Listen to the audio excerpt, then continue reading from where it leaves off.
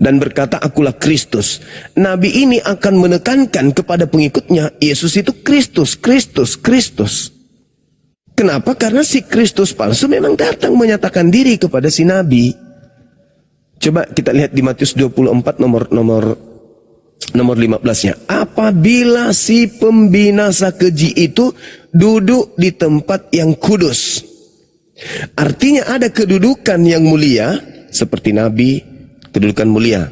Rasul, kedudukan mulia. Tapi yang menduduki tempat itu adalah pembinasa keji. Artinya palsu. Kalau dia Nabi, Nabi palsu. Kalau dia Rasul, Rasul palsu. Kalau dia Tuhan, Tuhan palsu. Kalau dia Kristus, Kristus palsu. Duduk di tempat yang kudus. Seperti yang dinubuatkan Nabi Daniel. Daniel 7, nomor 25. Jadi si pembinasa keji itu datang, duduk di tempat yang suci, lalu kemudian memutarbalikkan hukum Tuhan. Nah, bagaimana dengan Paulus? Oke. Baik, makasih Bang Juma.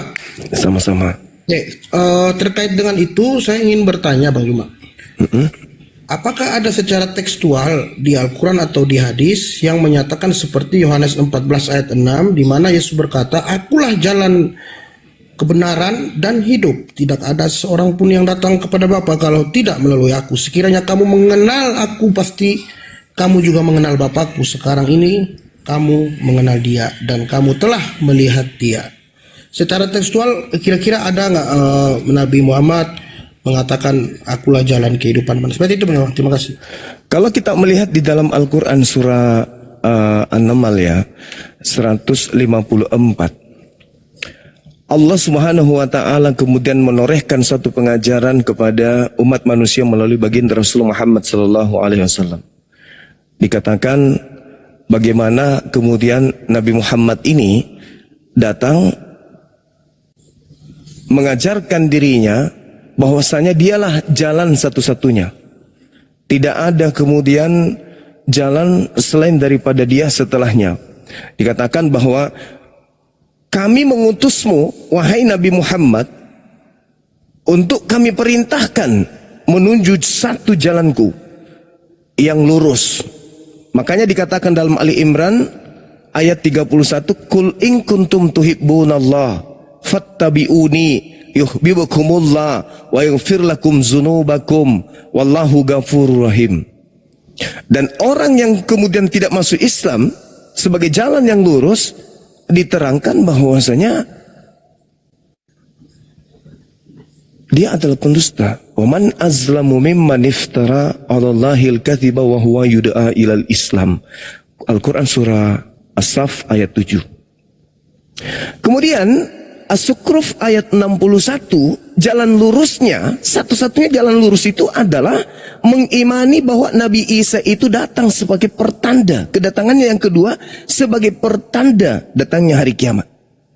Jadi Nabi Muhammad sebagai jalan yang lurus mengajarkan bahwa kedatangan Nabi Isa, barang siapa yang mengimani kedatangan Nabi Isa itu sebagai tanda akhir daripada kiamat, kehidupan di dunia, maka orang itu mengikuti jalan lurus itu. Seperti itu, saudara. Ada lagi? Baik, Bang Juma. Siap. Sebenarnya ada yang saya nanyakan tentang Nabi Muhammad, di mana ada hadis yang saya baca, Umar bin Khattab pernah berkata kepada Hajar Aswad, jikalau aku tidak pernah melihat Nabi mencium batu ini, aku tidak akan melakukan hal yang sama. Ada nggak di hadis atau di mana Bang Juma yang mengklarifikasi pernyataan beliau Umar bin Khattab bahwa alasan apa sehingga Nabi Muhammad melakukan hal seperti itu yang dikatakan Umar bin Khattab mencium batu? Apa dasarnya dan apa penyebabnya, apa maksudnya gitu? Secara tekstual apakah ada hadisnya? Terima kasih Bang Juma. Iya, memang Rasulullah Muhammad sallallahu alaihi wasallam sebagai nabi memberikan suri teladan. Tadi kan saya sudah katakan kepada saudara, kata Allah, jika engkau ingin selamat, jika engkau ingin dosa-dosamu dihapuskan, jika engkau ingin dicintai pencipta langit dan bumi, hendaklah engkau mengikuti nabiku Muhammad. Nabi Muhammad itu dalam prosesi ibadahnya, beliau menyentuh Hajar Aswad. Artinya kami umatnya pun harus melakukan hal yang sama. Karena dengan menyentuh Hajar Aswad, itu bisa menggugurkan dosa-dosa. Nabi Muhammad mencontohkan, maka beliau harus menjadi suri teladan. Al-Quran yang menjelaskan itu, Qul in kuntum tuhibbunallah fattabi'uni yuhibbukumullah wa yaghfir lakum dzunubakum wallahu ghafurur rahim. Jadi polanya adalah menyentuh batu dapat menghapuskan dosa.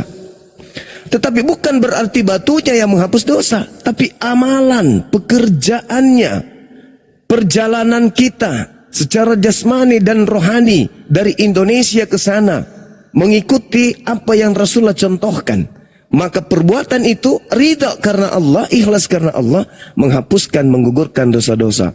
Sama kalau kita lihat di dalam Yesaya 6, nomor 6, nomor 7. Coba Anda baca di situ. Batu bara menyentuh bibir, kemudian dosa-dosa dihapuskan. Saya 6, mohon maaf Pak Juma. Saya 6 berapa tadi? Yesaya 6, nomor 6 sampai nomor 7. Coba Anda baca di situ. Sedangkan Nabi Muhammad ini adalah jalan yang lurus.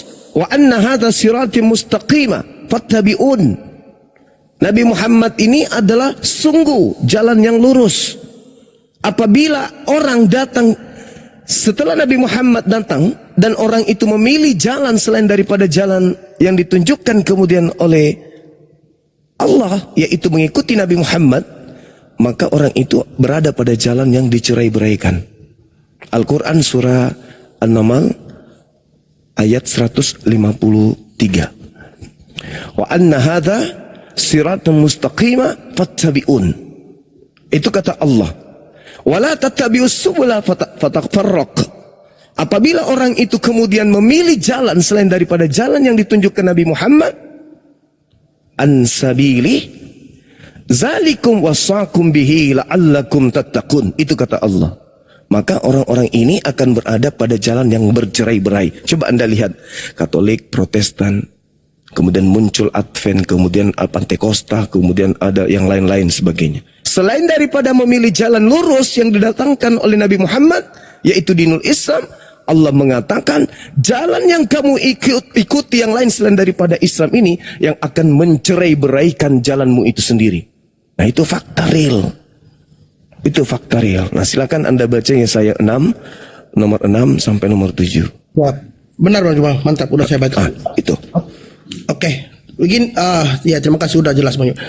Saya mau tanggapi tadi malam kan sempat saya simak Bang Juma sama Bang Edis.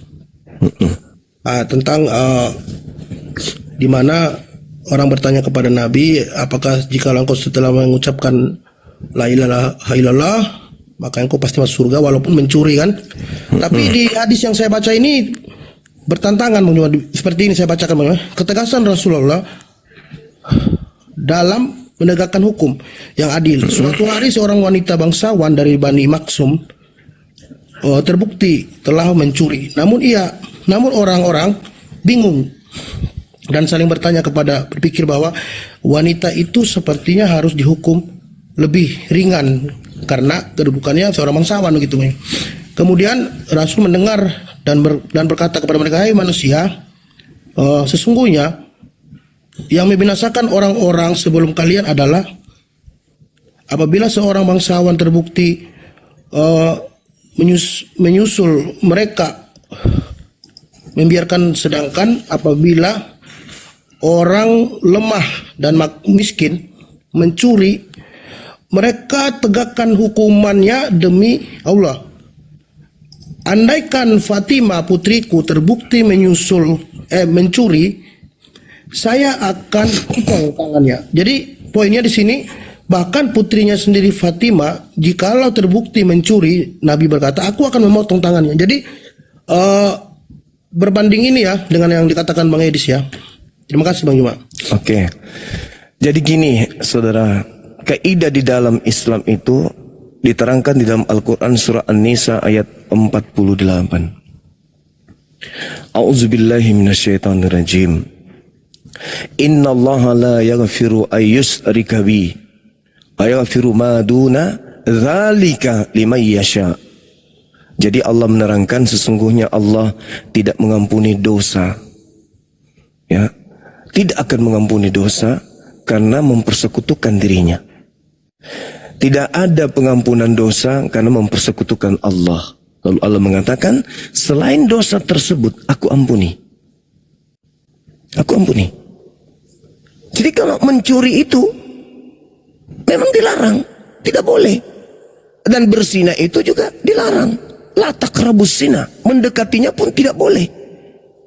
Tetapi kemudian ketika engkau melakukan persinahan, tapi kamu muslim, Islam, lalu bertobat, diterima tobatmu bila mana kau taubatan nasuha. Nah sekarang, kalau kemudian ada orang Islam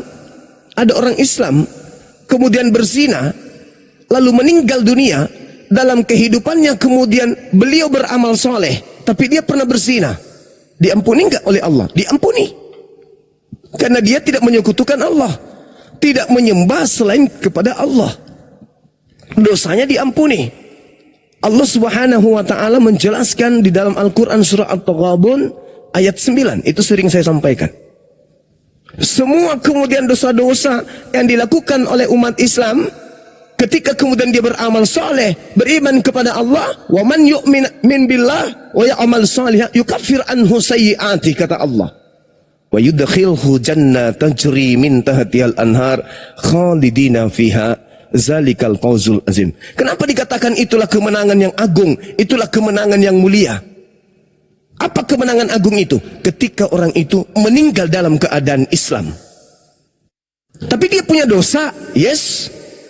Ketika kemudian orang itu mati dalam keadaan Islam, dia punya dosa, tetapi dalam hidupnya dia berusaha untuk menjauhkan dirinya dari kemaksiatan, namun senantiasa jatuh kepada kemaksiatan, di mana kemaksiatan yang dilakukan itu sendiri dia tidak suka, maka dia masuk dalam kategori orang beriman kepada Allah. Nah, Islam berzina, mati, surga. Kristen tidak berzina, mati, neraka. Kenapa? Karena Kristen mensyirikkan Allah, menyembah selain daripada Allah. Itu bedanya. Makanya dikatakan zalikal fawzul azim, itulah kemenangan yang agung. Menangnya kami karena kami Islam. Ketika kami mati nanti, kami membawa dosa, tapi di hadapan Allah, ketika dikatakan yauma yajma'ukum liyaumil jam'i zalika yaumut taghabun, kata Allah, pada hari kemudian manusia dibangkitkan dari alam kubur, dihimpun mereka untuk dibuka semua aibnya, dibongkar semua kesalahan-kesalahannya, dosa-dosanya. Apa kata Allah? Di antara mereka yang beriman kepadaku dan beramal saleh ketika ia hidup, dosa-dosanya aku ampuni. Zalikal fawzul azim, itulah kemenangan yang agung. Kemenangan mati dalam keadaan Islam. Cuman harus berhati-hati, jangan sampai menghalalkan ini. Kenapa? Kalau sampai itu dihalalkan, berarti orang tersebut jatuh dalam keadaan munafik.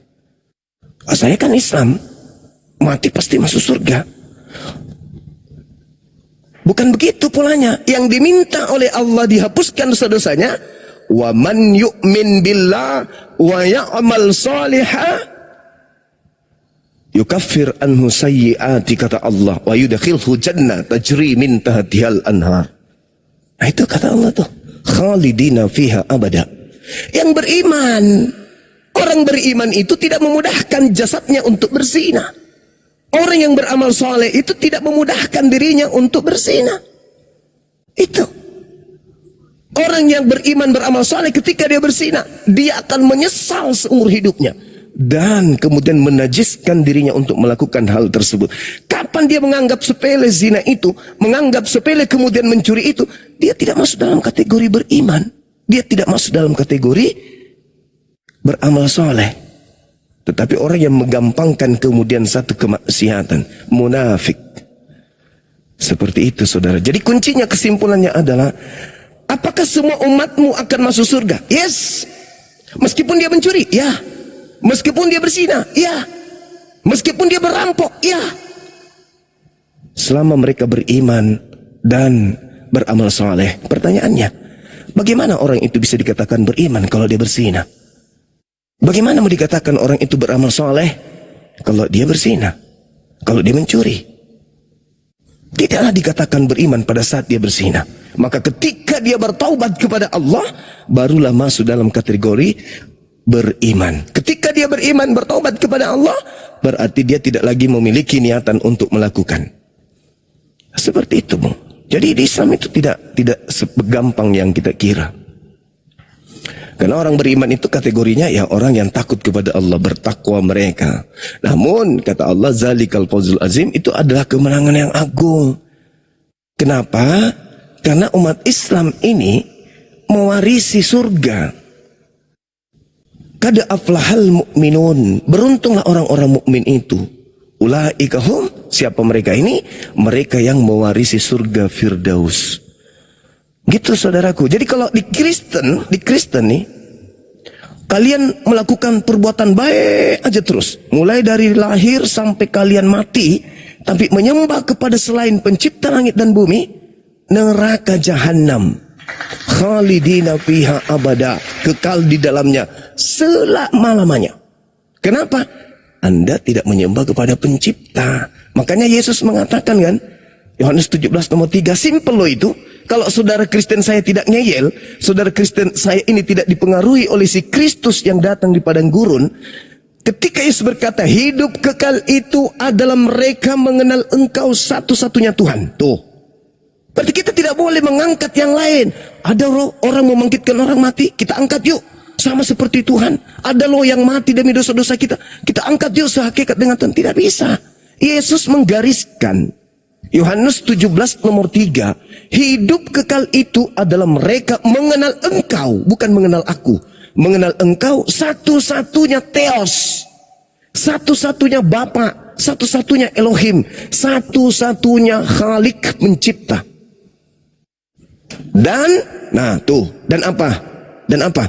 Dan mengenal Yesus Kristus yang engkau utus. Islam jelas. Islam jelas, Tuhannya Yesus yang datang Rabbus samawati wal ard, satu-satunya Tuhan. Dan Yesus yang datang melakukan penginjilan kepada Bani Israel, lahir tanpa ayah, itu adalah Rasulullah, utusan Allah. Itu iman kami. Tidak sempurna keislaman seseorang kalau tidak beriman kepada Nabi yang datang tanpa ayah di tengah-tengah Bani Israel, mengajarkan hikmat Injil kembali kepada hukum Musa. Kalau tidak beriman kepadanya, harus beriman. Nah, Yesus memberikan kemudian klarifikasi. Yesus kemudian memberikan peluang. Nah, kalau kita bertanya kawan, Nabi mana yang mengajarkan Tuhannya Yesus itu satu-satunya Tuhan? Nabi mana yang mengajarkan Yesus itu utusan Tuhan? Tidak bercampur aduk, tidak digabung. Tuhan yang satu-satunya turun, melepaskan ketuhanannya jadi manusia. Enggak, satu-satunya Tuhan murni. Dan Yesus juga murni sebagai utusan Tuhan. Siapa itu? Nabi Muhammad sallallahu alaihi wasallam. Siapa yang mengajarkan Tuhan yang satu-satunya yang diperkenalkan Yesus itu turun, mengosongkan diri, mengambil rupa manusia, tidak mempertahankan ketuhanannya, melainkan menjadi hamba, yaitu Yesus. Siapa itu? Ya Paulus, Bang. Filipi 2 nomor 6, nomor 7, nomor 8. Maka tema kita kembali, siapa yang mengajarkan kemudian Tuhan itu menginkarnasi menjadi makhluk? Dialah nabi palsunya. Karena hidup kekal tidak bisa didapatkan kalau melewati dua konsep yang Yesus sampaikan. Tuhan satu-satunya adalah Bapa yang telah mengutus dirinya, dan dirinya hanyalah utusan atau alias rasul. Demikian. Baik, terima kasih Bang Juma. Sama-sama. Sedikit lagi boleh Bang Juma? Silakan. Baik.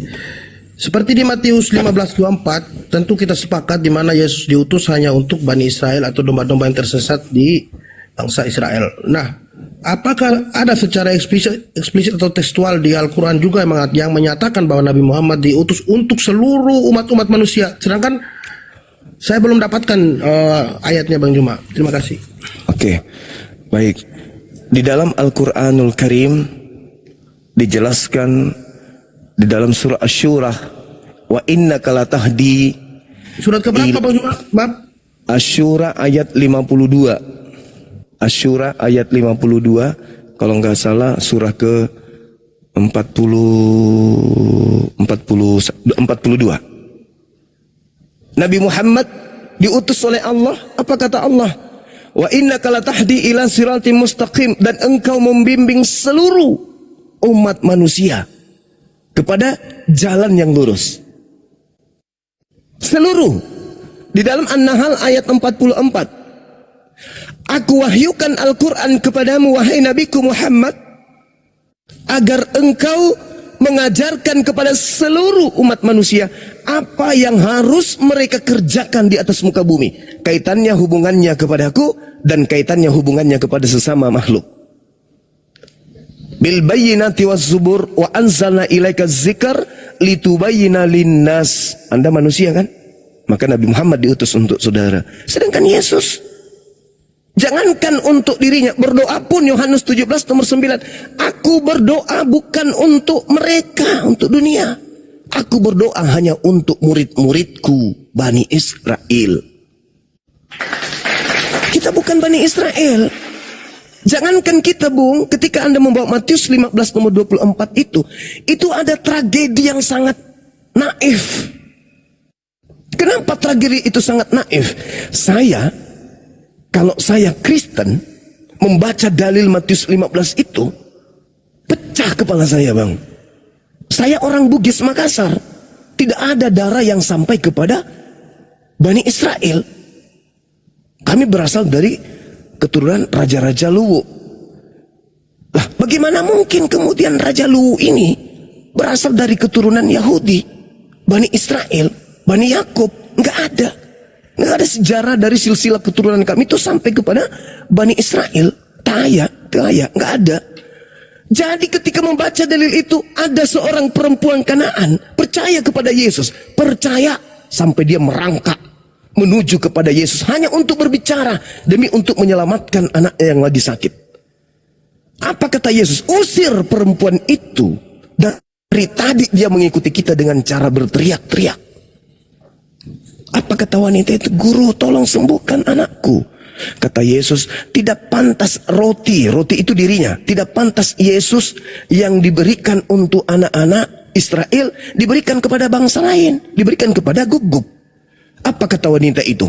Benar Tuhan Yesus, tapi bukankah anjing makan sampah yang jatuh dari meja tuannya? Apa kata Yesus setelahnya? Besar imanmu ibu. Artinya Yesus mensahkan, Yesus memvalidasi, Yesus memberikan legitimasi bahwa di luar Yahudi yang percaya kepadanya hanya sebatas guguk. Karena memang dia pengajarannya hanya untuk Bani Israel. Coba polanya bagaimana? Matius 10 nomor 5 nomor 6. Yesus berpesan kepada ke-12 muridnya. Lalu kalau ke-12 muridnya ini sudah dipesan kayak begitu, kita mau kemana? Paulus tidak masuk ke situ, Lukas tidak masuk ke situ, Markus tidak masuk ke situ, penulis Matius tidak masuk, penulis Yohanes tidak masuk, penulis Wahyu pun tak masuk di situ. Yesus berpesan kepada ke-12 muridnya, jangan engkau ke bangsa lain, atau jangan kau masuk ke jalan orang Samaria, tapi pergilah kepada domba-dombaku yang sesat dari umat Israel. Pergi ke Indonesia. Kalau di Indonesia ada Bani Yakub. Pergi ke Papua. Kalau di Papua ada Bani Yakub. Pergi di Timur Leste. Kalau di Timur Leste ada Bani Yakub. Makanya dikatakan dalam Yohanes 10 nomor 16, masih ada lagi domba di luar aule. Aule dalam bahasa Yunani artinya halaman rumah, atau di luar Yerusalem, di luar tanah Yudea, di luar tanah Galilea. Masih ada domba juga di luar. Makanya masih ada domba di luar dari Yerusalem, murid-muridnya disuruh pergi ke sana. Pergi kepada domba-domba yang sesat dari Bani Israel. Kenapa masih ada domba di luar Bani Israel? Coba Anda baca Yehezkiel 5 nomor 13. Bagaimana Tuhan menghamburkan sepertiga dari Bani Yakub ke seluruh penjuru bumi. Maka utusan-utusannya sebagai gembala-gembala diminta untuk kemudian menggembalakan domba-dombanya yang sudah berserak. Pergilah ke seluruh bangsa, cari domba yang sesat dari umat Israel. Paulus enggak masuk dalam kategori itu. Saudaraku, kalaupun misalnya ada di antara ke-12 murid ini yang sesat, mengajarkan Yesus, menjual Yesus ke non-Yahudi, ingat apa pesan Yesus? Matius 24 nomor 24. Sebab Yesus palsu dan nabi-nabi palsu akan datang. Gak boleh kita pungkiri itu. Akan datang, harus tergenapi.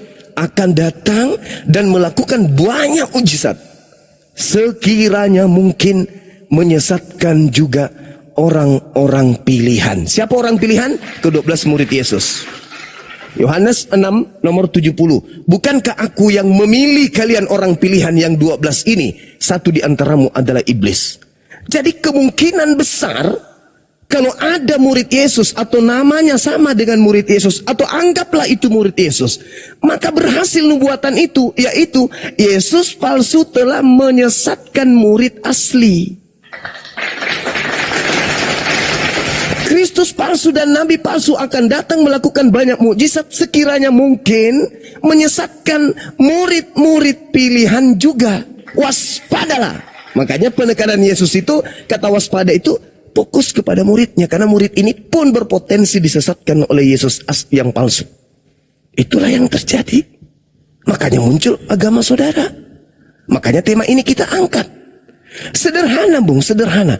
Kata Yesus di Yohanes 16, akan datang roh penghibur, seorang penolong lain yang aku minta kepada Bapa. Ketika ia datang, tidak berkata-kata dari dirinya sendiri, melainkan apa yang didengarkan itu yang dikatakan. Kata Yesus loh. Dan apabila ia datang, dia akan memuliakan aku dan mengingatkan kamu tentang perkataan-perkataan yang telah aku katakan. Makanya kalau Anda melihat, kenapa pola keagamaan umat Islam itu lebih mirip dari ajaran Yesus?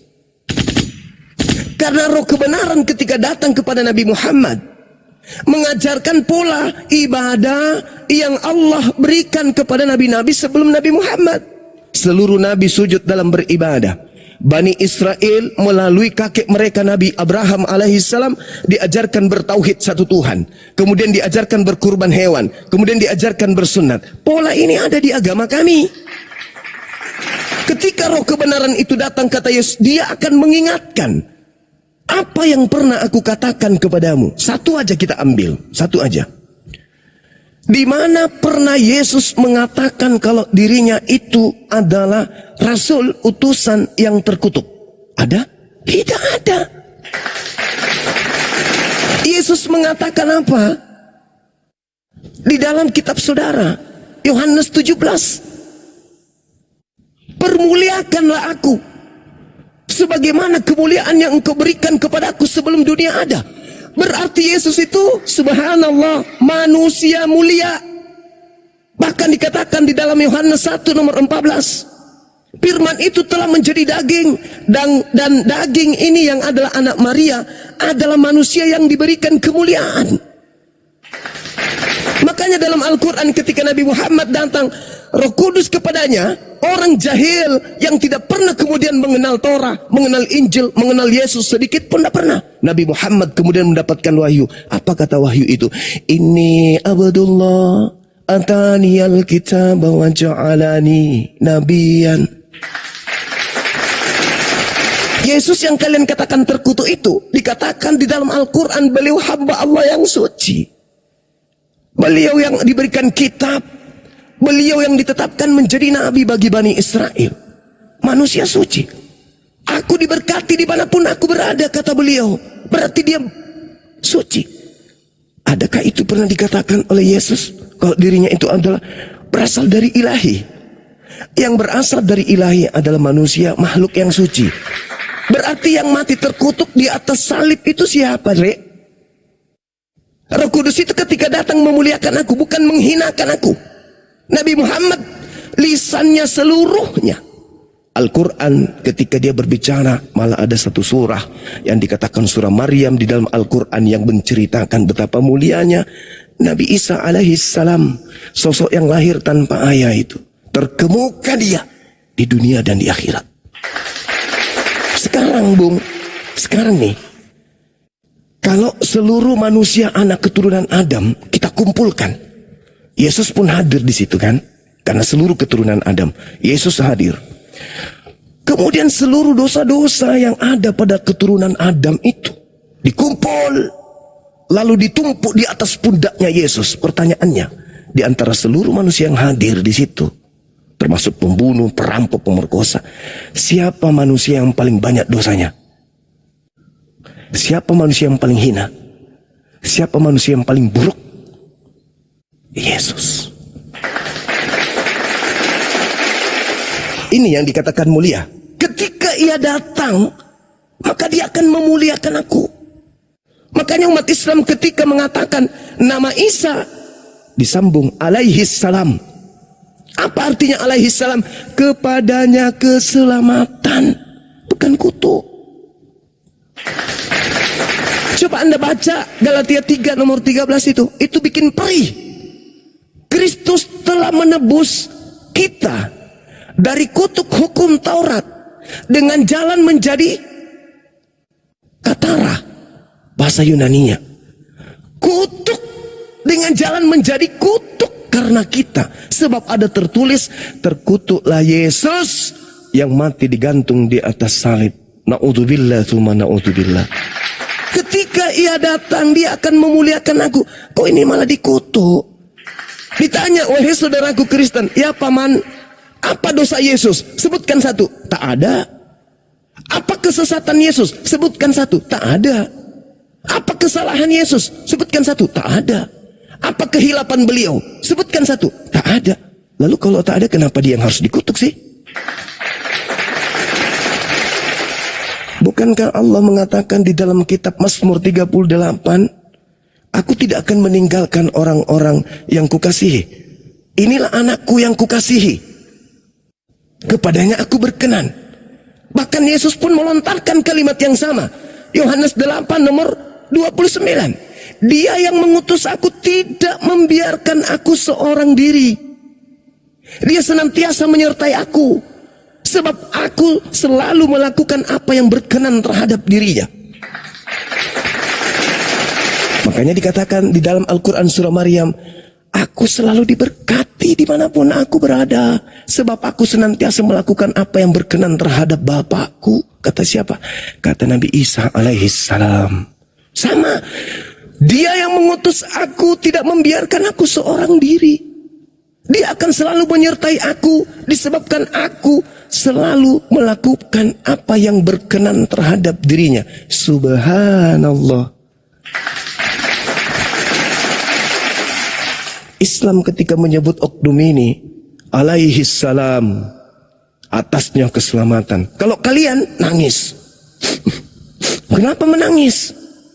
Kami mengingat jasa-jasanya. Kenapa jasanya? Mati terkutuk demi dosa kami. Na'udzubillah tsumma na'udzubillah. Orang yang mulia mati terkutuk.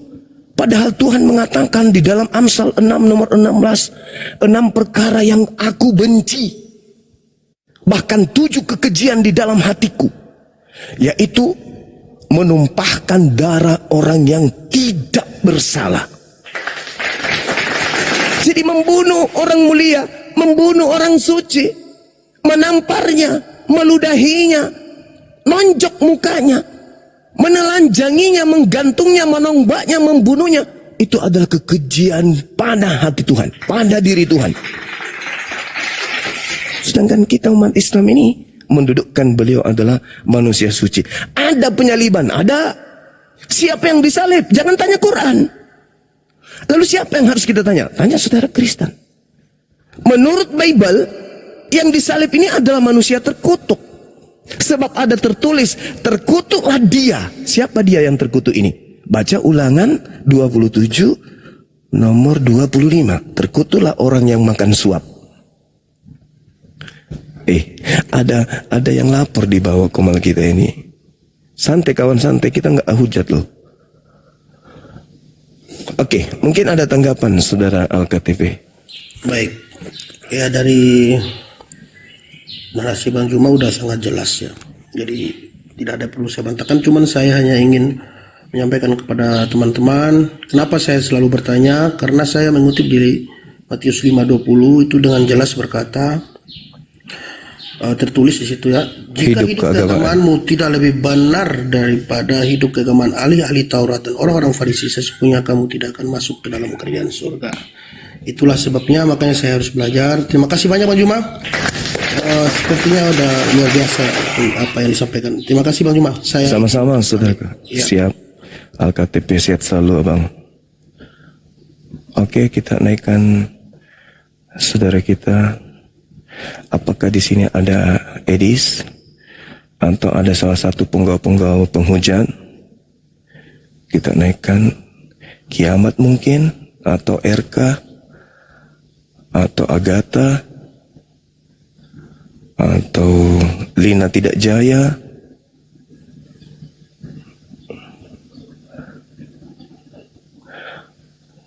atau mereka pura-pura nggak lihat. Nggak ada kawan. Gak ada. Gak ada satupun dari penghujat-penghujat itu yang sok-sok hebat Quran. Kesempatan loh, ini tema yang sangat menentukan, Islam Kristen kah yang benar. Wow. Kemana mereka ini kawan-kawan? Kita sudah ada kan bilang, coba kamu buka TikTok, undang orang-orang itu datang. Ini kita sudah buka. Kurang apa lagi? Mana nggak ada satupun. 76 permintaan ke atas. Tak ada satupun di antara mereka yang berkoar-koar selalu mengatasnama, menjelek-jelekkan Islam ke sini, nggak ada. Jangan bilang mereka sedang tidur.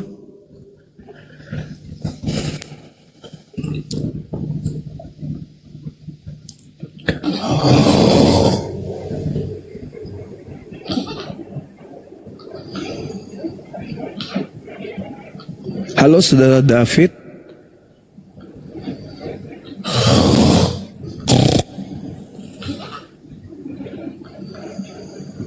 Pura-pura tidur. Jangan minta naik bang. Kalau sekedar untuk mau belajar, dibawa aja. Bismillah.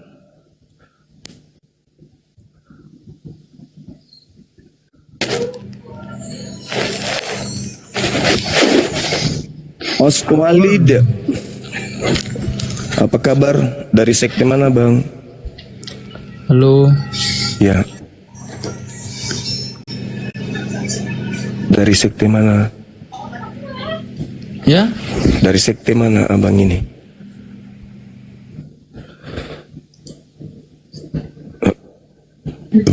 Allahu Akbar, Masya Allah. Halo bang. Yo bang. Iya, dari sekte mana bang? Katolik atau Protestan? Katolik bang. Katolik. Wah ini bagus ini. Agama Kristen yang paling senior ini. Iya. Sudah lama belajar tentang Katolik abang saya ini? Sudah bang. Oh, Masya Allah. Saya tidak salah orang. Boleh nggak memberikan benang merah dari pengajaran Yesus, lalu kemudian Vatikan, muncul ajaran Katolik, di mana Yesus memberikan legitimasi tentang agama Katolik ini. Silakan bang.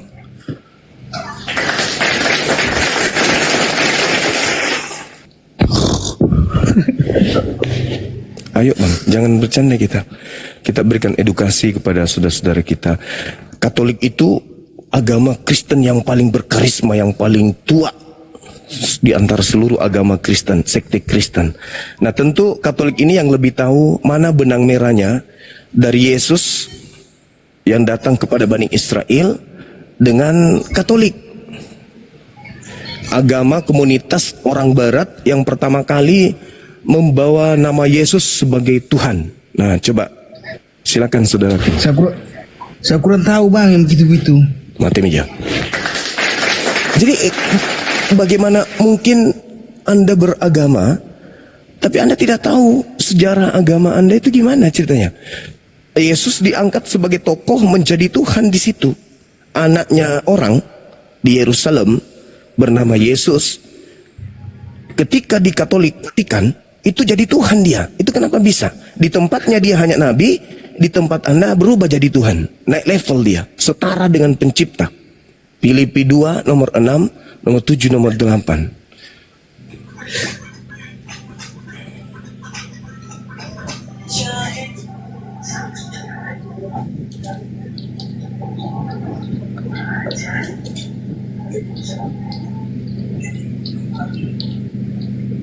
Ayo, saudara. Orang Katolik itu sejauh pengalaman saya kalau berdiskusi mereka santun. Kalau di Islam itu kan jelas nabiku Nabi Muhammad diutus oleh Allah Subhanahu wa taala, diterangkan dalam Al-Qur'an Al-Ahzab ayat 40, "Makana Muhammadun aba ahadim mir rijalikum walakin Rasulullah wa khataman nabiyyin." Jadi Nabi Muhammad itu diutus sebagai nabi untuk seluruh manusia, litubayyina linnas. Nah, sedangkan Yesus itu diutus hanya untuk domba yang sesat dari Bani Israel. Kok tiba-tiba ada Katolik? Dasar pengajaran Yesus yang senantiasa di sinagoge, sunat, puasa, sholat, sujud dalam beribadah, bertauhid, syahadatain, Yohanes 17 nomor 3, itu mencerminkan dirinya sebagai seorang muslim yang taat lagi. Sedangkan Katolik ini mencerminkan pribadi-pribadi yang justru bertentangan dengan ke-Yahudiannya Yesus, kemuslimannya Yesus, kesolehannya Yesus. Jadi Yesus itu anak soleh. Sedangkan orang Katolik ini adalah orang Kristiani. Nah, pertanyaan saya, kenapa bisa bang dari anak soleh kok tiba-tiba ada orang-orang Kristiani mengaku pengikutnya? Nabi mana yang mengajarkan itu? Abang bisa jawab, kalau tidak kita naikkan yang lain. Naikkan yang lain saja bang. Baik, saudara Oswalid, siap ya bang ya, panjang umur, tetap belajar, semangat belajar. Kita cari, ya, kita cari saudara kita yang ini. Ah, ini kayaknya nih.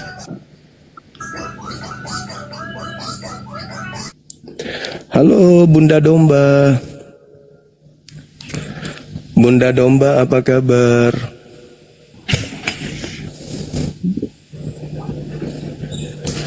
Bunda Domba lagi di mana, Bun?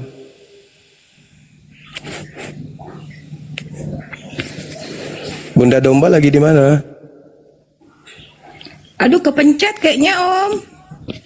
Hah? Apanya yang kepencet? Kepencet. Apanya yang kepencet? Turunin aja, turunin. Turun sendiri ya. Nah, ini dia. Kita sambut pendeta dari Pulau Seribu. Treng deng deng.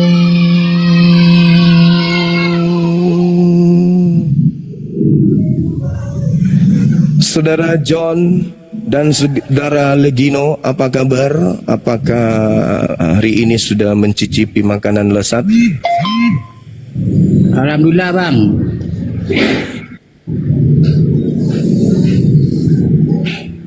Muslim? Bang? Muslim? Muslim bang. Allahu Akbar, Masya Allah. Alhamdulillah. Alhamdulillahirabbil alamin. Saudara Legino? Saya dari Langkat bang. Langkat, Masya Allah, Jawa Barat. Ya, gimana saudara? Jawa Barat, enggak Jawa Barat, tuh Sumatera. Oh, Sumatera Utara. Oke, sip. Apa kabar? Baik. Ini lagi di gereja atau di mana? Lagi apa bang? Santai-nyantai aja bang. Oh, santai. Ibadahnya Bang, Minggu apa ini, Sabtu, bang, abang ini? Mau nanya ya bang? Boleh bang? Dari sekte mana dulu? Katolik apa Protestan? Saya Legino dari Katolik. Katolik. Oh ya, silakan. Terkait dengan tema kita, Bang ya. Ya, mau nanya aja. Silakan. Kami berdoa bersaudara, dua yang Katolik, cuman yang 10 itu Muslim. Hah? Cuman keluarga saya Muslim, ya. Muslim. Allahu Ya. Akbar. Masya Allah. Keluarga saya Muslim, cuman saya Katolik. Siap. Cuman Biasa itu terjadi. Kami Muslim semuanya, keluarga saya itu toleransinya tinggi, Bang. Nggak Iya, ada betul. menyalahkan Siap. agama gitu. Betul. Cuman saya mau tanya ya, Bang ya. Siap, Memang, silakan, Bang. Macam saya lah sudah murtad. Apakah saya ada hukumnya dibunuh gitu, Bang? Menanya itu aja, Bang. Bunuh? Iya, kalau katanya kalau murtad wajib hukumnya dibunuh. Bisa ada dalilnya, tunjukkan ke kita, Bang. Ini yang nanya teman-teman, Bang. Dalilnya nggak tahu saya itu. Katanya ada di hadis katanya. Oh, ya. Jadi yang di hadits itu adalah orang Islam yang berpura-pura Islam. Jadi ada orang non-Muslim masuk kemudian ke Islam, berpura-pura masuk Islam untuk mencari kelemahan Islam. Itu berbicara mengenai asbabul wurudnya, itu berbicara masalah mengenai peperangan, masa peperangan Islam baru Islam itu diajarkan. Ada yang pura-pura masuk ke dalam tubuh Islam untuk mengetahui kelemahan pasukan dari Islam. Habis itu dia keluar, bersatu kembali dengan pasukannya, lalu menyerang umat Islam. Nah, itu yang wajib dibunuh pada zaman itu, zaman peperangan. Kalau sekarang enggak, di Islam malah begini ayatnya. Al-Quran surah Al-Ma'idah ayat 32. Allah subhanahu wa ta'ala menjelaskan, man qatala nafsan bighairi nafsin au fasadi fil ard faka'annama qatalan nas jami'a. Barang siapa yang membunuh satu manusia tanpa alasan yang dibenarkan kemudian oleh hukum, maka dia sama halnya membunuh seluruh umat manusia. Gak boleh. Gak boleh di Islam itu membunuh. Abang, kalau Anda belajar sejarah, Nusantara ini sebelum menjadi NKRI itu terdiri dari beberapa negara-negara yang berbentuk kerajaan, di mana pemimpin-pemimpinnya itu menganut agama Islam dan prajurit kerajaan itu pasukannya Islam. Kerajaan-kerajaan Islam itu berdiri dengan sangat kuat. Lalu kemudian ada fase di mana Indonesia sebelum jadi Indonesia, Nusantara ini pulau-pulaunya itu ada beberapa banyak pesantren-pesantren kemudian yang berjuang untuk bahu-membahu memerdekakan NKRI dari penjajah yang notabene-nya beragama Kristen, Bang. Otomatis penjajah ketika datang punya budak, ya toh, punya pekerja, punya mata-mata, punya tukang kebun, punya tukang masak, tukang bersih-bersih. Ya, tentu juga yang tukang memuaskan biologisnya. Itu kita tidak bisa pungkiri. Nah, mereka pasti seakidah, seagama dengan penjajah. Ketika kemudian orang Islam berhasil mengusir penjajah, Bang, tentu mereka yang non-Islam ini, kalau Islam itu agama kejam, ya dibunuh toh.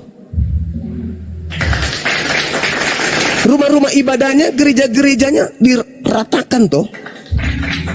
Tapi tidak boleh, kata Allah, man qatala nafsan bighairi nafsin, barang siapa yang kemudian melenyapkan, membunuh satu manusia pun, au fasadin fil ard, faka'annama qatalan nas jami'a, maka dia sama halnya membunuh seluruh manusia. Gak boleh. Tidak sama di Bible. Coba Anda baca salah satunya dalil dalam Ulangan 20 nomor 10. Apabila engkau mengepung satu kota atau satu negara untuk kau lumpuhkan, ajaklah mereka berdamai. Apabila mereka menerima engkau berdamai, maka bunuhlah. Maka perbudaklah mereka. Jadikanlah mereka budak dan bekerja untukmu. Jadikan mereka budak. Apabila negara itu yang telah kau kepung itu menerima engkau sebagai tamu, kamu sebagai tamu di negara itu, jadikan mereka budak. Ulangan 20 nomor 10, 11, 12, 13, 14. Namun apabila orang di negara itu menolak engkau, apa perintahnya Pak? Bunuhlah semua dan jangan engkau berikan, dan jangan kau biarkan satu orang laki-laki pun yang tetap hidup. Dalil itu ada nggak di Al-Quran? Tolong tunjukkan orang-orang yang sudah mu'alaf untuk menunjukkan dalil seperti itu di dalam Al-Quran. Kalau Anda melihat Al-Quran surah At-Taubah, di situ justru menceritakan hal yang terbalik dari apa yang ada di dalam Ulangan. Kalau kita dalam At-Taubah dikatakan begini, A'udzubillahi minasyaitonirrajim. Wa min ahadun minal musyrikin istajarah, kata Allah, jika di antara kaum musyrikin, orang-orang kafir, ada yang meminta perlindungan kepadamu, ini dalam keadaan perang, ada yang minta perlindungan, maka lindungilah agar dia dapat mendengarkan kalam Allah. Bukan cuma dilindungi. Apa kata Allah? Lalu antarkanlah dia ke tempat yang aman. Islam. Tapi kalau di Ulangan 20 tadi, bunuh, jadikan budak. Di Islam tidak, Bang. Makanya kalian minoritas tapi aman kan di Nusantara ini? Alhamdulillah, aman kan kita? Kita belum merasakan kalian yang mayoritas, kami yang minoritas. Kira-kira apa yang terjadi ya? Kalau saudara-saudara saya ini yang mayoritas di Nusantara ini, mulai dari 01, 02, 03, 04 di ibu kota negara seluruhnya, dari kalian, kemudian di provinsi, gubernur, wakil gubernur, semuanya kalian. Kira-kira apa yang terjadi terhadap Nusantara ini? Bang, nanya lagi nih ya Bang. Satu lagi Bang, silakan. Iya.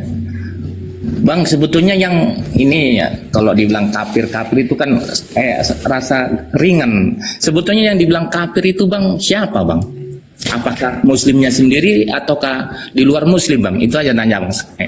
Iya, jadi begini saudara, kalau Anda lihat kata kafir ini, kafara, artinya ingkar, artinya menutup diri. Ingkar, menutup diri, tidak menerima Allah sebagai Tuhannya, tidak menerima Nabi Muhammad itu sebagai nabinya. Itu kafir adalah menolak Allah, menolak Nabiullah. Itu kafir. Jahat enggak itu Bang? Enggak. Itu enggak jahat kafir itu. Kafir itu, kata kafir itu justru mendudukkan saudara-saudara Kristen kami pada porsi yang baik. Barang siapa yang kafir kepada Allah, barang siapa yang ingkar kepada Allah dan kafir kepada Nabi Muhammad dan ingkar kepada Nabi Muhammad, enggak ada yang jelek di situ. Bahkan Paulus pun mengatakan dalam dalam Galatia 2 nomor 14, kafirlah orang yang hidup, kafirlah orang yang tidak bersunat. Itu kata Paulus. Sedangkan kalau kita melihat Bang, kesalahan Bible, kenapa kata kafir ini menjadi sesuatu yang konotasinya buruk? Karena Lembaga Bible Indonesia mengambil kata raka, menerjemahkannya ke dalam bahasa Indonesia dengan mengambil bahasa Arab, yaitu kata kafir. Sehingga kata raka dalam bahasa Yunani yang artinya, mohon maaf, goblok dan bodoh dan juga goblok, tolol, bahlul, itu menjadi sesuatu yang buruk artinya. Misalnya dalam Matius 5 nomor 22, barang siapa yang berkata kepada saudaranya kafir, maka dia akan dihadapkan ke mahkamah agama. Barang siapa yang berkata jahil, maka dia akan kemudian dimasrahkan ke dalam neraka. Jadi kata kafir itu menjadi buruk jadinya gara-gara Lembaga Bible Indonesia Bang. Kata raka yang harusnya artinya bodoh itu diganti menjadi kafir, sehingga kata Quran kafir ini menjadi buruk, sehingga kalian gak enak disebut kafir. Padahal ya, kafir itu menolak Allah, menolak Nabi Muhammad. Nah, kalau kalian menyebut kami apa? Domba Bang. Bukan cuma domba. Nah, sekarang kalian menyebut kami juga Bang. domba. Sabar Bang. Agama kasih Kristen menyebut orang di luar Kristen dengan sebutan binatang. Domba sesat. Kalian menyebut kami domba sesat. Domba, binatang, sesat itu na'udzubillah tsumma na'udzubillah. Dua tuduhan yang sangat menyakitkan umat Islam. Tapi katanya ajaran kasih. Kami hanya menyebut Anda kafir. Orang-orang yang ingkar kepada Allah, orang-orang yang ingkar kepada Nabi Muhammad, kafir, menutup diri. Bahkan Paulus sendiri mengatakan orang yang tidak bersunat itu kafir. Harusnya Paulus yang Anda tanya, "Hei Paulus, kenapa kau mengatakan si Ucok yang pakai helm ini kafir?" Gitu, saudara. Saya kira saya boleh bertanya atau Udah lah bang, nggak apa-apa bang. Udah jelas, paham semuanya bang ya. Makasih banyak bang penjelasannya. Ayo bang, makasih banyak. Oke, makasih saudara Legono, sehat selalu, Amin. panjang umur dan perbanyak lagi mendalami Bible. Ya, kita turunkan, kita naikkan. Waktu saya masih ada sedikit. Kita naikkan teman-teman kita yang lainnya, bang ya.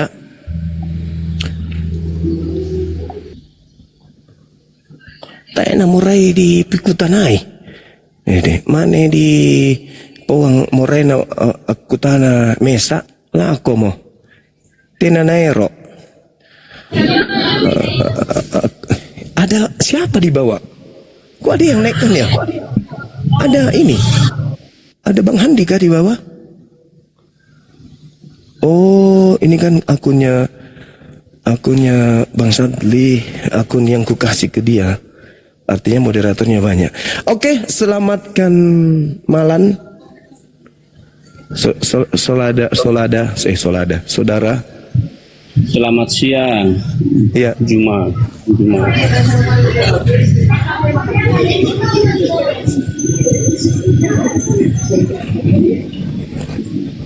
Ya, siang saudara.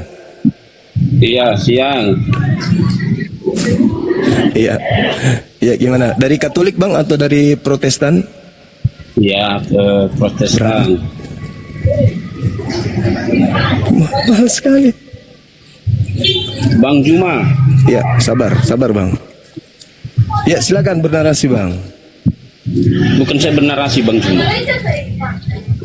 Saya kepingin itu mau belajar Bang Juma. Belajar juga sama Bang Juma. Ya, salam balik ya. Ya, Bang Juma. Iya.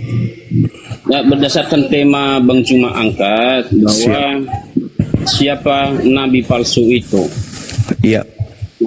Ya, saya tanya sama Bang Jumat, menurut Bang Jumat Yesus itu nabi palsukah atau bukan? Kalau anak Maria yang datang penginjilan di tengah-tengah Bani Israel itu asli Bang. Matius 21 nomor 11. Dia adalah nabi yang diutus oleh Tuhan kepada Bani Israel. Sebagai nabi, dia memperingatkan muridnya Bani Israel agar waspada kepada nabi palsu yang datang kepadanya, kepada muridnya. Dan ciri-ciri dari nabi palsu itu dilihat murid-muridnya, pengikut nabi palsu itu memanggil Yesus Tuhan. Itu ciri-ciri nabi palsu Bang. Memanggil Yesus Tuhan, bernubuat pakai nama Yesus, bermujizat pakai nama Yesus, mengusir setan pakai nama Yesus. Itu tanda-tanda pengikut nabi palsu. Tertulis di mana? Matius 7 nomor 15 sampai nomor 23. Iya. Nabi palsu atau bukan, itu yang saya tanya. Menurutmu? Kalau Yesusnya Bang, yang utusan kepada Bani Israel, bukan nabi palsu. Dia itu rasul untuk Bani Israel. Nah, sekarang saya tanya dulu, Yesus, apakah nabi yang lahir seperti Yesus lahir dalam kandungan Bunda Maria seperti Roh Kudus? Yesus bukan Roh Kudus. Akhirnya dari mana barakallahu fikum. Ya. Dari mana tahu Roh Kudus? Ya, Roh Kudus itu adalah malaikat Jibril, Bang. Baca surah Matius pasal 1 ayat 20. Dari 18 dulu. Ya. Silakan. Tentang Yesus. Ayo. Ayat 20. Iya. Iya. Maria mengandung dari Roh Kudus. Ya. Kenapa Bang Juma katakan bahwa Yesus itu bukan Roh Kudus? Maksudnya Maria mengandung dari Roh Kudus, Maria mengandung dari penyampaian Roh Kudus kepadanya pada bulan ke-6. Gabriel datang. Saya tanya sama Bang Juma, Allah itu roh atau bukan? Bukan. Kenapa? Apa dasarnya? Roh itu makhluk. Bukan. Baca surat Kejadian pasal 1. Ya, tunggu. Saya tanya dulu, definisi roh itu apa, Bang? Hah? Roh itu adalah Iya, saya tanya dulu Allah itu roh atau bukan? bukan, makanya definisikan dulu roh. Roh adalah Roh. Allah itu kan roh adalah Jika roh adalah Yesus dan Maria dalam bentuk apa? Roh atau saudara-saudara, roh adalah Loh, kok nangis? Saya bertanya saudaraku, roh adalah Allah itu adalah roh. Ketika iya, Tuhan saya nggak ke situ dulu supaya Anda paham bahwa selama ini Anda memperbodoh diri Anda. Saya tanya dulu, Ya, roh adalah Iya, roh adalah Allah sendiri. Roh itu enggak, Allah. bukan. Itu kepercayaan, Bang. Itu doktrin, Iya. itu doktrin pembodohan. Saya tanya, roh adalah secara ilmiah, coba Anda definisikan. Roh adalah Ya, saya Saudara tanya dulu, Nanda. roh Allah itu bukan makhluk, ya. Beda. Roh kita beda dengan Allah, betul. Oh, ini ada yang nombak dari bawah ini, ada peringatan. Janganlah kayak gitu, teman-teman. Kita kan diskusinya baik. Definisikan dulu, Bang. Roh adalah Iya, roh itu adalah kalau secara apa? Memang roh itu adalah makhluk, ya. Ada makhluk halus. berarti kalau Anda mengatakan Allah adalah roh, berarti Allah adalah makhluk halus. Betul? Iya. Begini Bang Juma, sudah dari. Berarti Anda menyembah makhluk halus, gitu. Aku bukan menyembah itu. Loh, tadi Anda mengatakan Tuhan Anda adalah roh. Dan Anda mendefinisikan roh adalah makhluk halus. Berarti Tuhan Anda adalah makhluk halus. Betul? Aku bukan itu maksudku. Bukan itu maksudku. Definisi roh tadi ini apa? Roh adalah makhluk halus. Theos adalah roh. Berarti Anda Ya. penyembah makhluk halus. Betul? Bukan itu, bukan betul, tidak betul. Saya tidak mau. Nih, saya ulang lagi, saya ulang. Roh adalah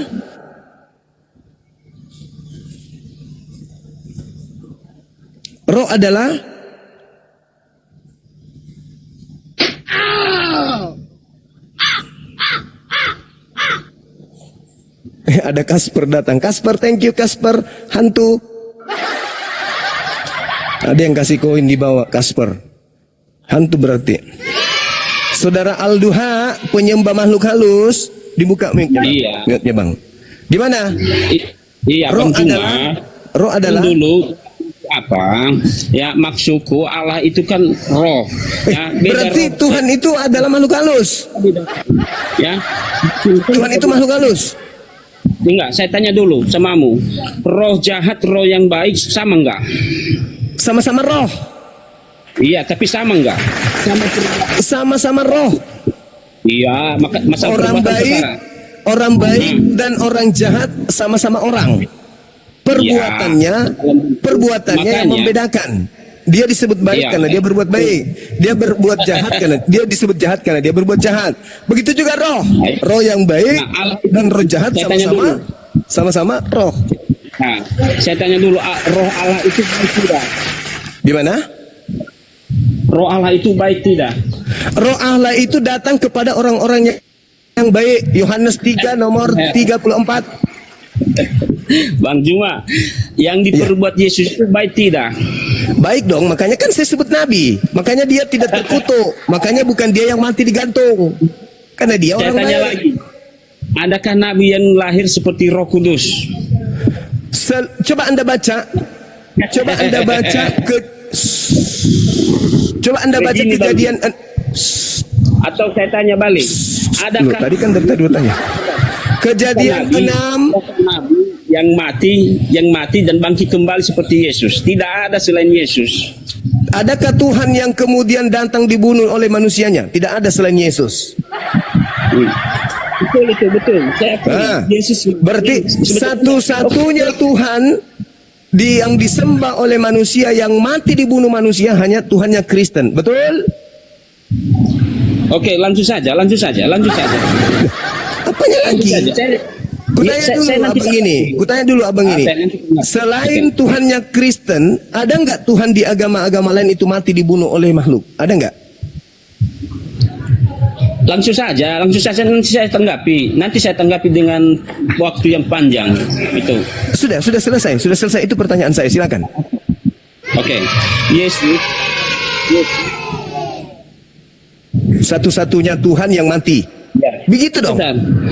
Gitu Yesus dong. mati. Satu-satunya Tuhan yang mati. Sebentar Bang Juma. Sebentar. Ya, memang Yesus mati di kayu salib. Udah selesai. Bukan dibunuh. Ya, tetapi Apa? bukan disiksa. Ya, Dia disiksa. bukan dibunuh, berarti bunuh diri, Bang. Ya. Iya. Kalau dibunuh. Yesus bunuh diri. Ya, bukan di maksudku ya. Kalau arti dibunuh artinya ditusuk atau bagaimana? Ini kan dia dihukum secara Jadi Yesus ini dibunuh atau bunuh diri? Mana yang betul? mana bunuh diri. Berarti Siapa yang dibunuh. mengakui bahwa ya, bukan dia dihukum. Dihukum berarti dibunuh, Bang. Iya, mau bagaimanapun artinya. Oke. Berarti satu-satunya Tuhan di agama yang ada yang mati dihukum lalu mati hanya agama Kristen. Betul? Sebentar, Bang Juma, sebentar. Iya. Bang Juma mengakui bahwa Yesus mati di kayu salib. Ya. Yang mati itu Kristus, Bang. Iya, Kristus. Yang mati itu beda. Yesus itu yang anak Maria itu tidak mati, Bang. Tidak mati. Sebentar. Ya, kita akui itu. Ya, Yesus mati di kayu salib secara fisik. Ya, apakah ketika dia mati tidak pernah bangkit lagi? Itu saya tanya. Kalau di dalam pengajaran Yesus yang asli, yang bangkit, sabar Bang, yang bangkit dari kubur pada hari ketiga itu adalah tanda untuk angkatan jahat. Dari mana tahu? Matius 12 nomor 38 sampai nomor 40. Sebentar Bang Juma. Matius 12 nomor 38 sampai nomor 40. 12 Bang. 12 38 sampai nomor 40. 38 ya. 38 ya. Dalam pengajarannya Yesus berkata, hati-hatilah terhadap ahli-ahli Taurat. Bukan itu. Bang, Matius 12 nomor 38 sampai 40. Silakan. Iya, yang saya dalam pengajaran Yesus berkata, hati-hatilah terhadap ahli-ahli Taurat yang suka berjalan-jalan memakai jubah. Itu panjang yang suka menerima penghormatan. Matius 12 Bang, Matius 12. Matius. Iya, Matius ini. Nomor berapa yang Anda baca? Matius 12 ya. Nomor 20. Nomor 38, Cak Ayu. Sebentar. Ini karena kebanyakan menyembah makhluk halus ini abangku ini. Nah, ada sebentar ya. Pada waktu itu berkatalah beberapa ahli Taurat dan Farisi kepada Yesus, "Guru, kami ingin melihat sesuatu tanda padamu." Tetapi jawabnya kepada mereka, "Angkatan yang jahat dan tidak setia menuntut suatu tanda. Tetapi pada mereka tidak akan diberikan tanda selain tanda Nabi Yunus." Itu. Iya, Nah, sebab sebab itu tanda Yunus. Iya. Sebab seperti Yunus tinggal di dalam perut ikan 3 hari 3 malam. Demikian jugalah anak manusia akan tinggal di dalam rahim ibu dan tinggal di bumi 3 hari 3 malam. itu tanda untuk siapa? Ya, tanda Yunus. Iya, itu Oke. tanda keluar dari kubur pada hari ketiga, tanda untuk siapa, Bang? Tetapi kan di ayat yang 40 seperti Yunus Abang. tinggal di dalam ikan. Ya, begitu Demikian juga Yesus anak manusia akan tinggal sama. dalam perut bumi 3 hari 3 malam. Berarti pada hari ketiga keluar nggak dari perut bumi? Ya, yang bangkit itu saya tanya dulu, Yesus bangkit tidak? Keluar nggak dari perut bumi? Tunggu. Ya. Pada hari ketiga keluar nggak? Iya, Yesus bangkit Oke, selama tepuk tangan. 3 hari setelah dia mati. Iya, keluar kan? Iya, Pada hari dia ketiga bangkit. itu tanda untuk angkatan jahat bukan? Bukan tanda yang jahat itu, Pak. Loh. Angkatan jahat ini minta satu tanda dan tidak akan diberikan satu tanda selain tanda anak manusia keluar dari kubur pada hari ketiga. Betul? Itu menurut Hei, Anda yang membaca dalil itu, Bang, bukan aku, Bang. Abang yang membaca dalilnya, bukan Bang Suma. Betul. Tepuk tangan Tapi dulu. Yesus berhati-hatilah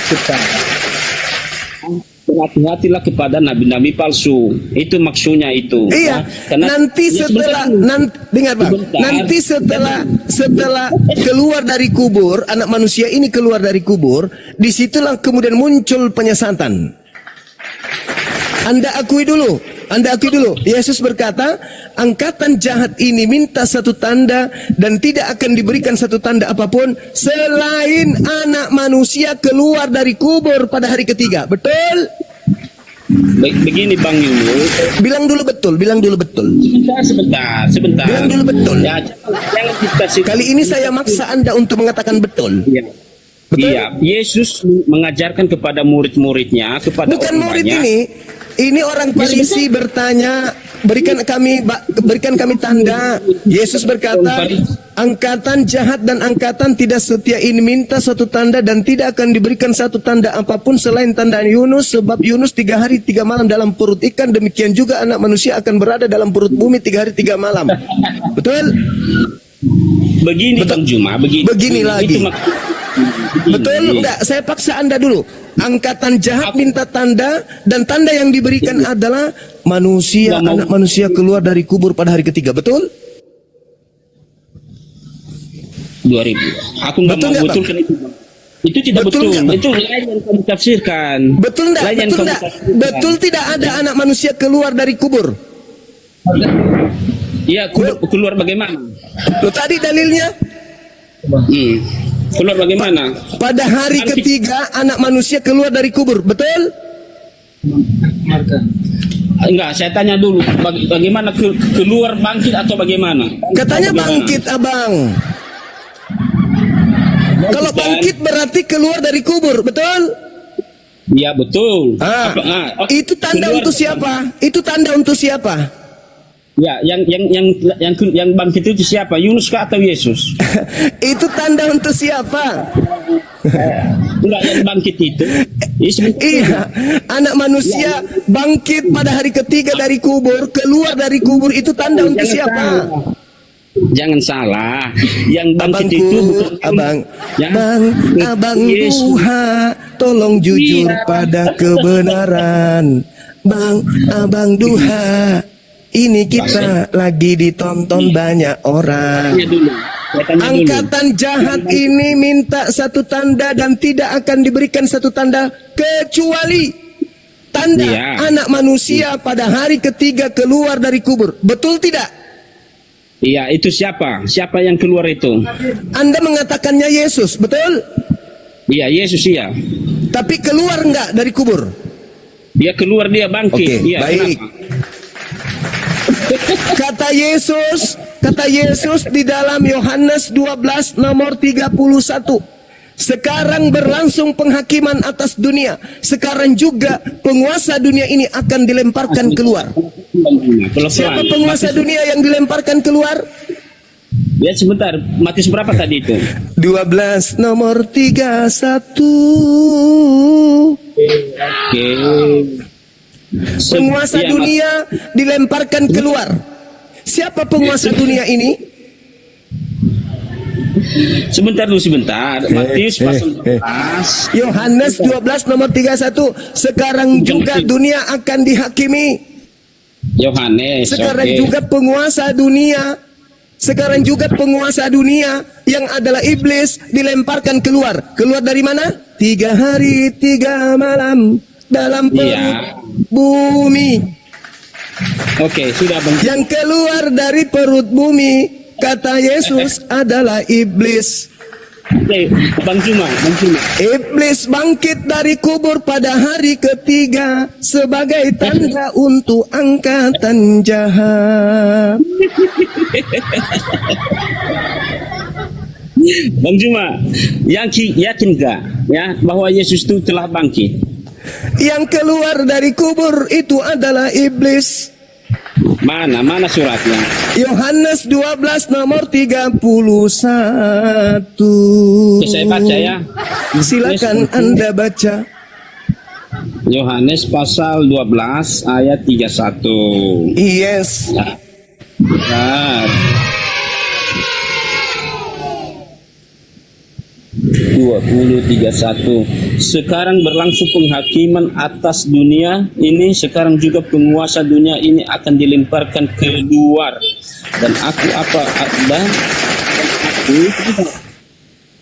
sebentar ya, dan aku apabila aku ditinggikan dari bumi, aku akan menarik semua orang orang datang kepadaku.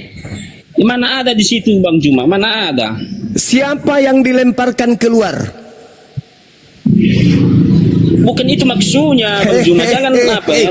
Penguasa dunia. Siapa penguasa dunia? Maksud penguasa dunia itu apa? Iblis. Hah? Ya, Iblis. siapa yang dilempar? Jadi iblis ini dilemparkan keluar dari mana?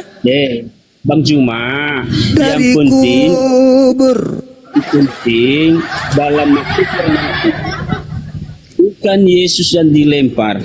Hei, Ya. memang bukan Tetapi- Yesus, tetapi Nah. iblis yang memakai nama Yesus. Dan saya tanya sekarang Bang Juma, Yesus Matius bangkit 24 nomor 4 nomor 5. Waspadalah kepada penyesat yang datang kepadamu dengan memakai namaku dan berkata akulah Kristus, dia akan menyesatkan banyak orang. Iblis dilemparkan keluar dari kubur. Siapa yang keluar? Kata Yesus, iblis. Kepada siapa diberikan tanda bangkit pada hari ketiga? Angkatan jahat. Angkatan jahat percaya Yesus bangkit dari kubur pada hari ketiga. Padahal yang bangkit adalah iblis. Oke. Saya tanya ya. Jawab kalau iya kalau tidak. Apakah Yesus bangkit atau tidak? Jawab iya kalau tidak. Yang bangkit adalah iblis yang mengaku Yesus. Ya saya tanya Bang Juma. Jawab iya kalau tidak. Ya. Yesus bangkit atau tidak? Yang bangkit anak manusia. Hah? Kok ketawa bang? Iya saya tanya. Tadi kan abang Yesus yang membaca dalilnya.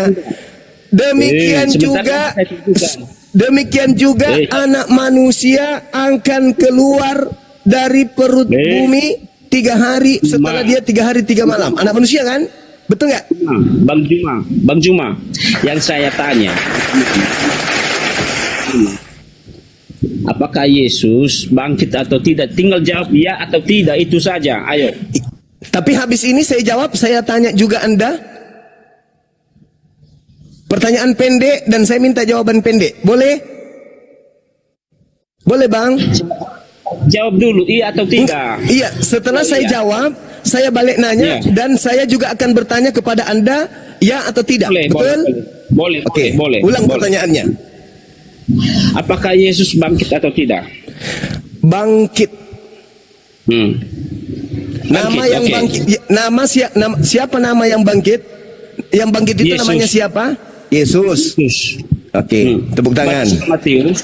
Bentar. Tadi meminta dalilnya, baca surah Lukas pasal 21. Sabar dulu. 24 ayat 1. Saya kan bilang, saya akan balik tanya ketika saya sudah menjawab. Anda bertanya kepada saya, apakah Bang Suma percaya yang bangkit keluar dari kubur itu bernama Yesus? Jawaban saya, ya, saya percaya. Tepuk tangan. Sekarang saya balik. Pertanyaan saya, apakah Anda percaya perkataan Yesus yang berkata bahwa penyesat yang datang setelah dia bernama Yesus Kristus? Percaya atau tidak?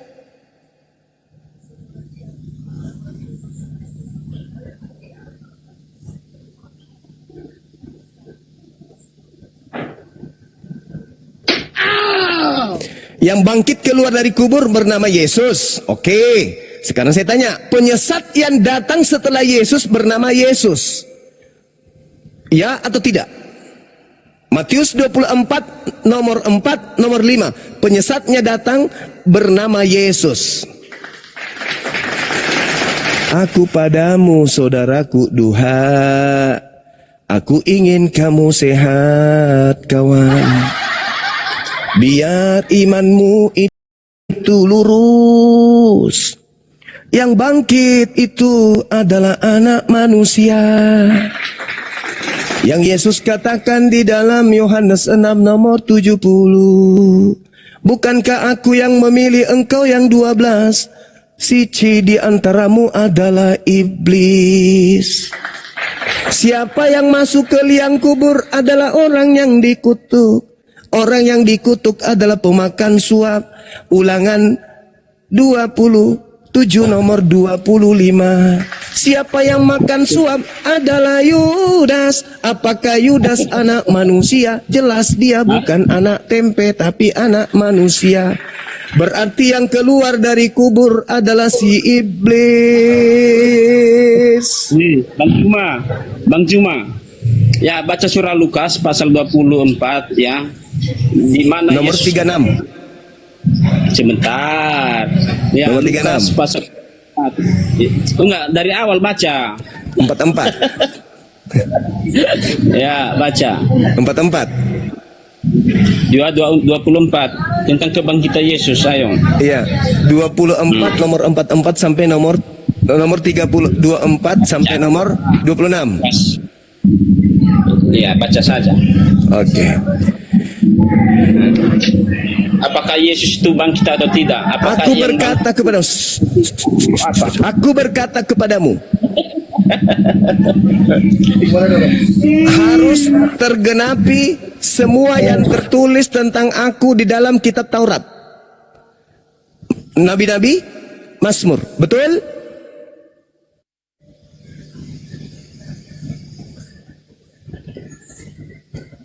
Yaitu anak manusia akan bangkit pada hari ketiga di antara orang mati. Betul?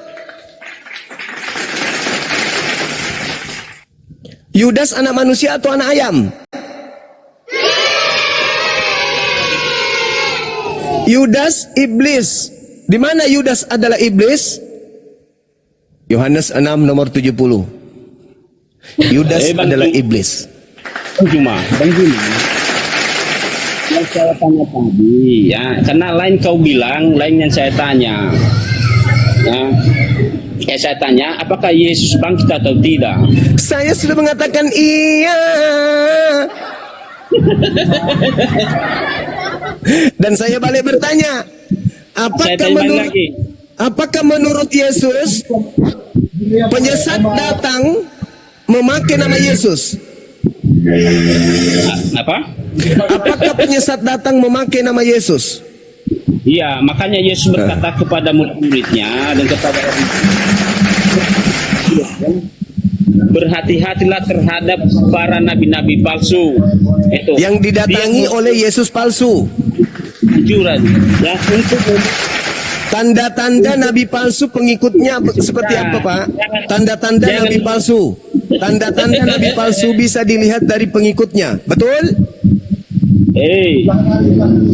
Jangan dulu Bang Joko. Jangan dulu hanya memberikan tafsiran yang salah. Tunggu. Tanda-tanda pengikut nabi palsu itu apa? Ya apa? Apa menurutmu apa? Memanggil Yesus Tuhan, bernubuat pakai nama Yesus, mengusir setan pakai nama Yesus, bermujizat pakai nama Yesus. Memang betul.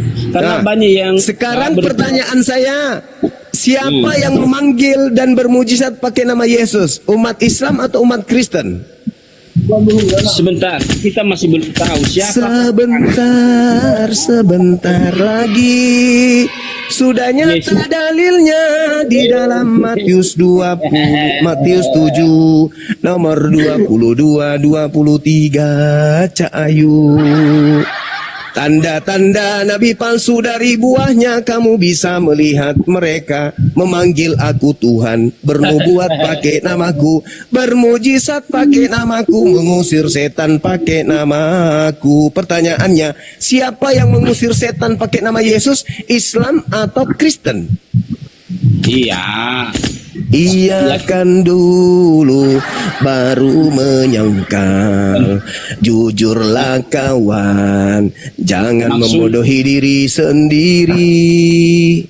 Bang Juma. Pertanyaan saya ulang, yang bermujizat pakai nama Yesus, Islam atau Kristen? Sebentar dulu, sebentar. Sebentar dulu, mau ngeyel dulu. Sebentar dulu, isingkan dia dulu ngeyel, biar dia nipu dirinya. Yang bermukjizat mengusir setan pakai nama Yesus, Islam atau Kristen? Jawab. Begini Bang Juma, Begini nasib orang keciduk, menyembah Yesus, oh ye, menuhankan Yesus, oh ye, mengusir setan pakai nama Yesus. Mulut tertawa walau hati kadang sakit. Hei. Tanda-tanda nabi palsu berdasarkan pengajaran Yesus kepada Bani Israel muridnya adalah memanggil Yesus Tuhan, bernubuat pakai nama Yesus, bermujizat pakai nama Yesus, mengusir bom-bom pakai nama Yesus. Agama Islam atau agama Kristen, Bang? Iya, itu maksud firmannya itu terhadap orang-orang yang jahat, bukan kepada orang Kristen. Lalu yang memanggil Yesus Tuhan siapa? Yang memanggil Yesus Tuhan siapa, Bang? Islam atau Kristen?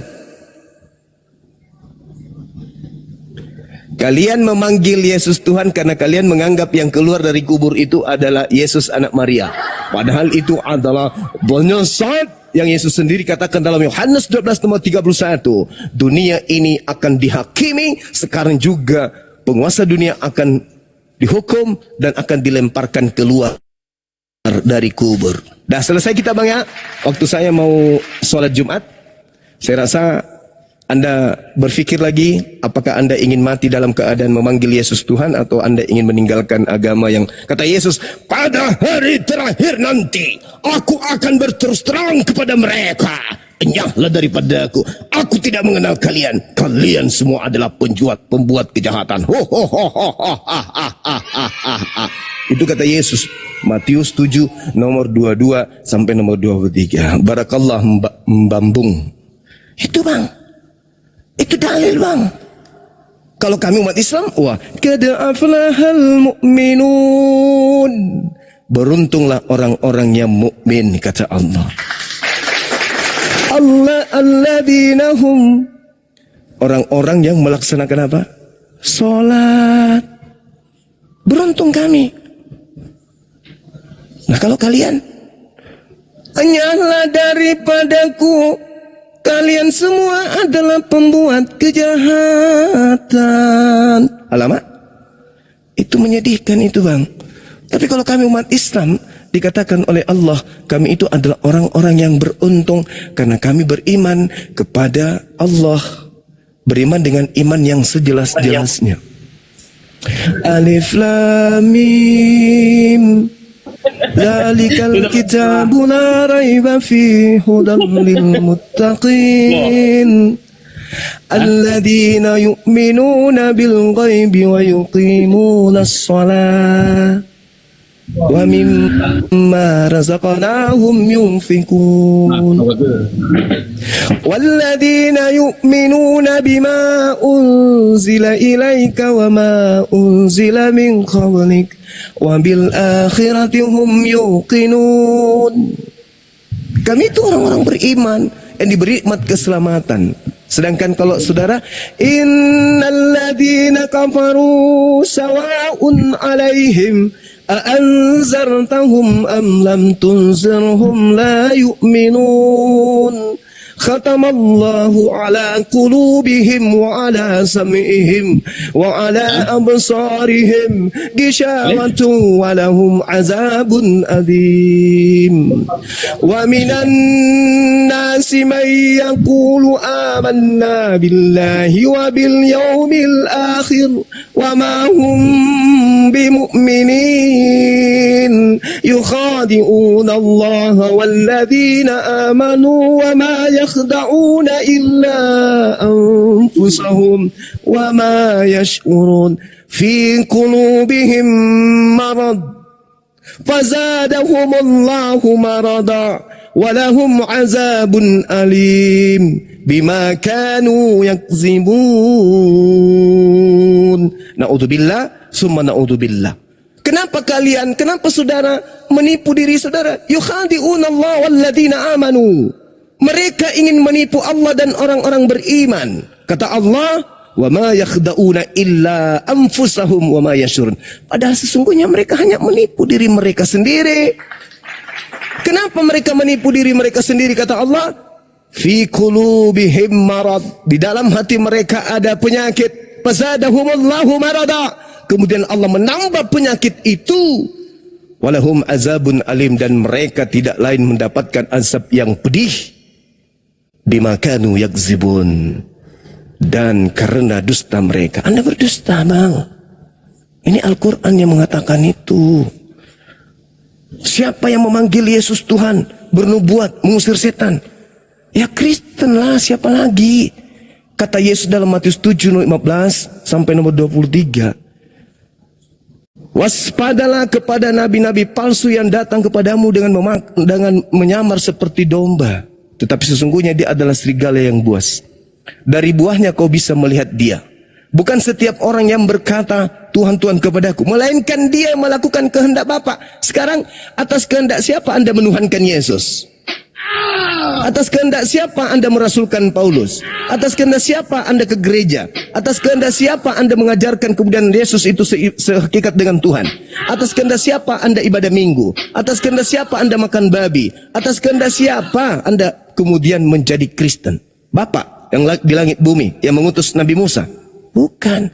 Tapi atas kehendak Sibilisis yang keluar dari kubur, yang datang kepada Paulus mengaku Yesus, lalu Paulus diutus menjadi nabinya kepada seluruh umat Kristen. Di mana tertulis itu? Galatia 1. Aku menerima Injil bukan dari manusia. Aku menerima Injil bukan dari manusia. Bukan manusia mengajari aku Injil, tetapi pernyataan-pernyataan Yesus. Aku kembali menegaskan kepadamu, Galatia 1 nomor 11. Aku menerima Injil bukan dari manusia, tetapi dari Yesus. Loh, sejak kapan Yesus bukan manusia? Berarti Yesus yang bukan manusia itu adalah Sibilisis yang Yesus katakan dalam Matius 24 nomor 3, nomor 4, nomor 5. Waspadalah kepada penyesat, iblis, planos yang datang kepadamu dengan memakai namaku dan berkata, akulah Kristus. Penyesat itu mengatakan, akulah Kristus. Paulus berkata, Kristus telah menebus kita dari kutuk hukum Taurat dengan jalan menjadi kutuk karena kita, sebab ada tertulis, terkutuklah dia yang mati di atas tiang salib. Yang dikutuk itu iblis, bang. Iblis yang dikutuk itu. Saya kira begitu, saudaraku duha. Karena waktu saya harus ibadah. Terima kasih sudah ada di sini. Selamat siang. Siang saudara duha. Maafkan kalau ada kata-kata yang tidak berkenan. Saya semata-mata menyampaikan dalil. Besok atau lusa atau sore atau sebentar malam, abang boleh datang ke sini klarifikasi. Abang Zuma salah, keliru bang Zuma. Masya Allah, saudara saya ini ganteng ternyata. Masalah, salah menafsirkan. Salah menafsirkan. Oke. Jadi abang boleh datang nanti atau malam ketika saya live lagi. apa yang salah dari penyampaian saya itu bisa Anda luruskan, gitu ya Bang ya? Ya, kita kita ingat masalah kebenaran Kristus. Baik, Karena baik. cuma mengatakan yang itu adalah iblis, bukan Yesus Kristus. Baik, Ya. baik. Boleh Oke. Bang, boleh. Makanya diluruskan itu, Iya, silakan. bukan iblis yang keluar, Siap. bukan nabi palsu yang keluar, Siap. tetapi Yesus Kristus bangkit. Oke, Ya, baik. selama 3 hari dia mati di kayu salib. Oke. Kapan kita bahas sebentar malam? Oke. Oke. Nah, jangan dulu aku mau memancing dulu ya, Bang. Aku bukan karena aku tidak mau berdiskusi dengan baik ya. Aku lagi apa ya? Oh iya, iya. Lagi Siap, siap, siap. Oke. Saya paham, saya paham. Oke, saudara Duha. Yesus bangkit atau tidak ya? Oke.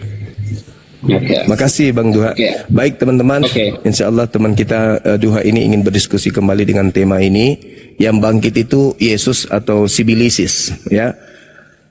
Ya, mudah-mudahan beliau bawa materi-materi baru supaya menjadi pembendaharaan ilmu kita, karena taraf penyampaian Bang Suma sebagai narasumber Islam itu tergantung dari lawan diskusi.